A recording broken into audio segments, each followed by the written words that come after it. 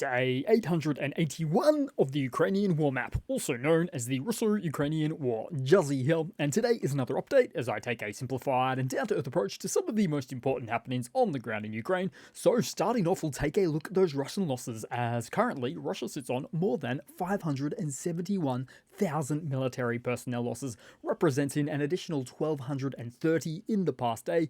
Then as for hardware losses, so 11 tanks, 26 APVs, 45 artillery, and 2 more air defense systems. And as far as the tank losses go, new data has shown that the 1960s T-62 tanks account for 26% of all Russian tanks lost this month. As you can see there, with an upwards climb at the end, eclipsing even the elimination rate of from way back when they were first introduced by Russia 6 months into the war, when Russia lost all of the Kherson North Bank, and so many T-62s along with it. Now, additional data has also shown us that these older tanks were initially used for mostly training purposes, but are now being increasingly deployed, leading to significant losses, which can also equate to hardware desperation on face value.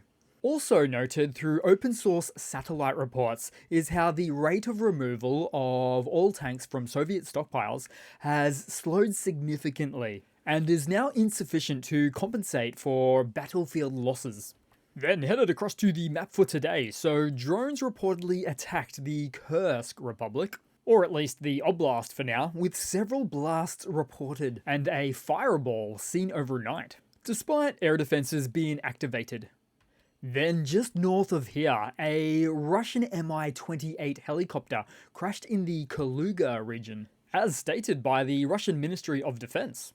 A technical malfunction was named as the reason for this such crash, which is something I don't doubt. In fact, a recent RAND report surmised that due to the wear and tear from the constant overusage of Russian airframes, Russia is expected to lose about 60 military aircraft per annum from technical malfunctions like this one, due to end-of-service life issues. Again, this is for non-war related incidents, 60 per annum, and that report was only considering jet planes, not even talking about helicopters. So it's likely that there's a lot more crashed aircraft out there that we've never heard about and will never hear about. Then headed into the main map to some of the obviously biggest news for the day, as the 79th Air Assault Brigade of Ukraine repelled a massive Russian assault near Novomikhailivka in the Kharkova direction. The attack involved 11 tanks, 45 armoured personnel carriers,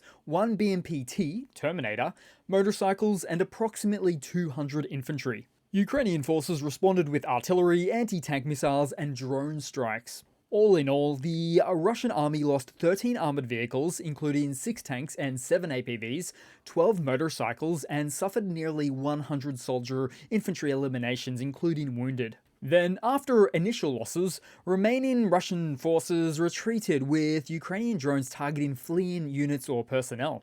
And so this latest engagement is considered one of the largest assaults of the full-scale war in this area, which I'm also sure Russia spent a lot of time in planning for such an offensive, or at least particularly in terms of building up a small army to see if they could make a breakthrough. I mean, they even brought out the BMP-T Terminator, one of about 4 prototypes within the Russian army, and 2 or 3 of them have already been destroyed, which tends to signify that the Russian command was serious about making some breakthrough gains in this region. But the AFU spotted them coming from a mile away, possibly 3 to 5 miles away, due to constant surveilling of the area, and being exceptionally well equipped to defend against a concerted effort of armor from Russia. Then into the northeast, as Polish telegrammer Radov, who is close to sources on the ground, confirmed some AFU land promotion on the southern outskirts of Staritsa, taking out a chunk of defended Russian positions. Then headed all the way down on the map as Russia continues to add barges adjacent to the Crimean bridge to act as a barrier against Ukraine's naval drones, with the Crimean bridge being a crucial 19-kilometer or 12-mile supply route connecting mainland Russia to the occupied Crimean peninsula. And while Ukraine's navy suggests that the bridge's strategic importance has diminished due to the reduction of Russian military use, with military shipments down by something like 98% via the bridge, Ukrainian Armed Forces Chief Syrskyi has recently confirmed that the destruction of the bridge remains a key goal for Ukraine's military efforts. But as for the existing barges in place, they certainly don't exist anywhere close to covering the entire 19-kilometer span of the bridge. Instead, they are positioned at the more strategic structural bridge points where friendly boats have to pass through anyway. But added to that, these barges, used as barriers, do not extend all the way to the seabed.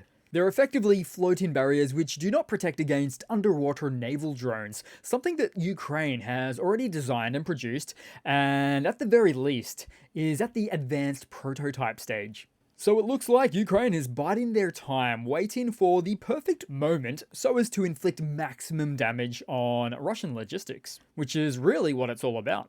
Then, not far away on the map, a Russian Su-27 fighter jet intercepted a British reconnaissance mission over the Black Sea, with this here being Russian footage taken by the Su-27. The intercepted aircraft included a Boeing RC-135W rivet joint, a strategic reconnaissance aircraft, and two Eurofighter Typhoons. This encounter demonstrates ongoing aerial surveillance activities and military tensions in the Black Sea region between NATO-aligned forces and Russia. Now, Russian jets typically perform dangerous, close flyby maneuvers to assert their presence and challenge any potential adversarial operations near themselves as a type of aggressive deterrence, but clearly the two Eurofighters in this case acted as a deterrent on their own. Then taking a look around on the map, because somewhere in the east we saw the detonation of a Russian field ammunition depot as a result of a single FPV drone strike. Another sizable cache of Russian weaponry destroyed right there.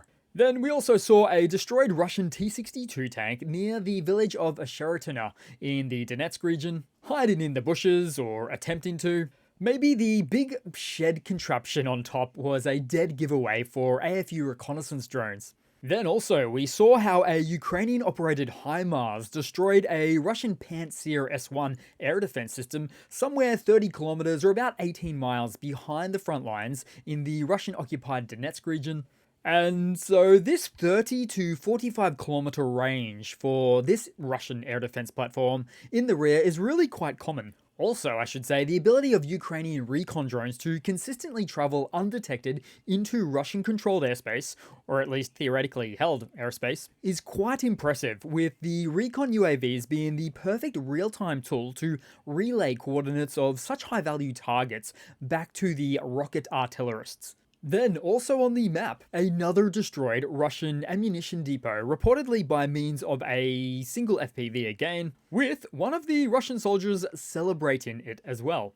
Which I'm sure is a sort of a you can either laugh or you can cry response, if you will.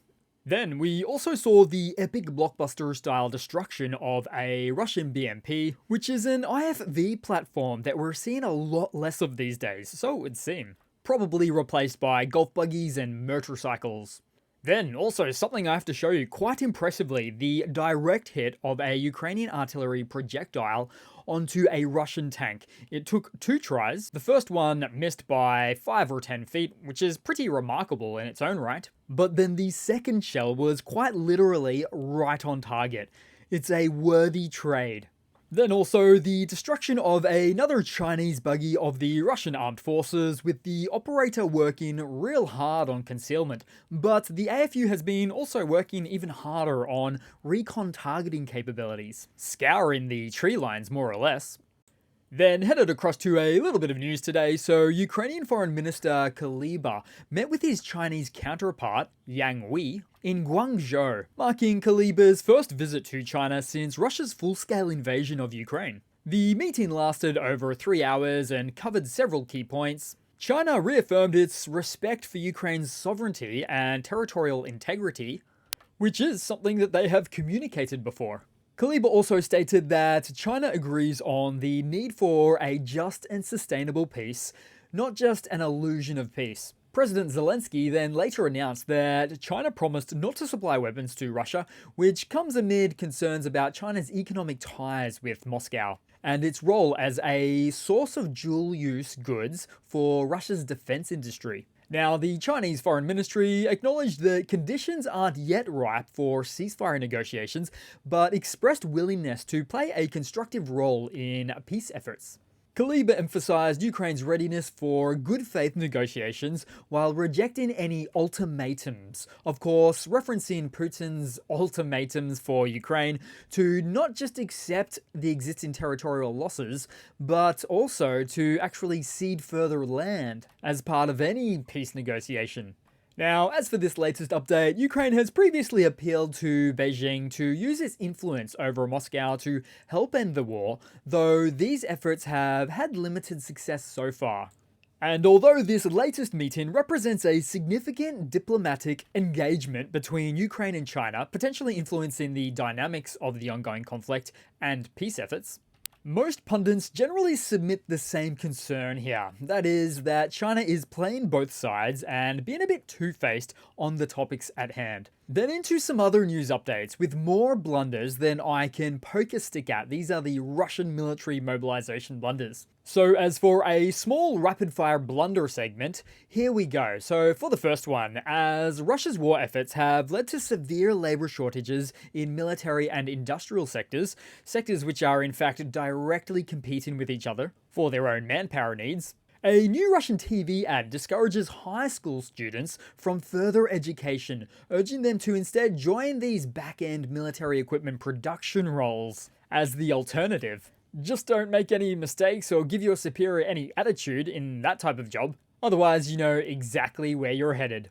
Then for a quick second blunder, though Russia has a declining population, even before the war, Russia has had to invest massively in cemetery expansion, with a notable jump in 2021, maybe due to the world's pandemic. But 2022 sustained the massive levels, then 2023 almost doubled again, and now 2024, with half of the year left, may look to at least sustain the levels of the previous year or eclipse them, which were already towering above previous year's levels. So this is an indirect peripheral statistic on the state of Russian affairs, but is no less concerning to say the least.